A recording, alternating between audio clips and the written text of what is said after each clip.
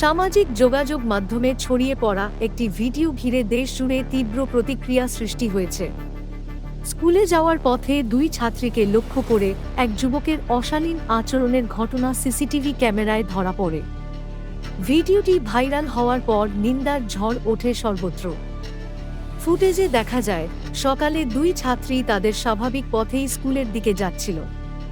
এ সময় পাশ দিয়ে দাঁড়িয়ে থাকা এক যুবক তাদের উদ্দেশ্যে অশালীন অঙ্গভঙ্গি করতে থাকে। ঘটনাটি পুরোপুরি ক্যামেরায় ধারণ হয়, যা পরে সামাজিক মাধ্যমে ছড়িয়ে পড়ে। ভিডিওটি ভাইরাল হওয়ার পর অভিভাবক ও স্থানীয়দের মধ্যে ক্ষোভের সৃষ্টি হয়। পরে ওই যুবককে স্থানীয়রা আটক করে বিদ্যালয়ে নিয়ে যায়।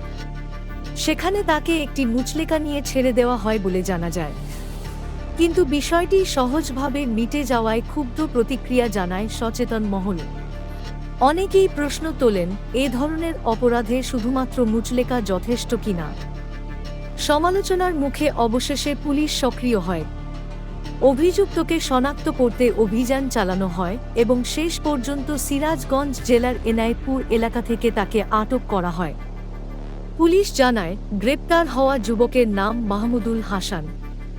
ঘটনার পর থেকেই তাকে খুঁজে বের করতে বিভিন্ন স্থানে অভিযান চালানো হচ্ছিল। এই ঘটনা আবারও প্রমাণ করে, নারীদের নিরাপত্তা নিশ্চিত করতে শুধু সামাজিক সচেতনতা নয়, প্রয়োজন কঠোর আইনি ব্যবস্থা। এমন ঘটনার পুনরাবৃত্তি রোধে প্রশাসনের কার্যকর ভূমিকা প্রত্যাশা করছেন সবাই।